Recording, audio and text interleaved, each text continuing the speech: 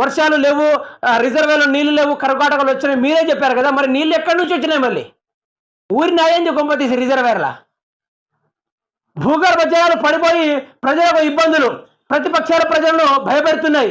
తాగునీటి సమస్యలపై మంత్రి పొన్నం ప్రభాకర్, అరే నీ మాటలు వినడానికైనా సిగ్గుండాలా? కొంచెమైనా మాకే సిగ్గుండాలి. నీ మాట వినడానికైనా మాకే సిగ్గుండాలి. చెప్తున్నా కదా ఏమని పెట్టిండా? ప్రతిపక్షాల ప్రజలను భయపెడుతున్నాయి, తాగునీటి సమస్యలపై మంత్రి పొన్నం ప్రభాకర్.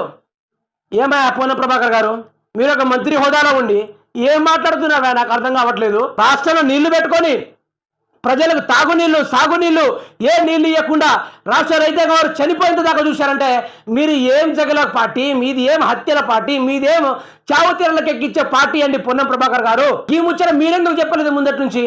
ఈ ముచ్చట మీరు ఎందుకు చెప్పలేదు? ప్రతి ఒక్క ప్రెస్ మీట్లా అరేబియా సముద్రం సహకరించలేదు, అందుకనే తెలంగాణకి అరేబియా సముద్రానికి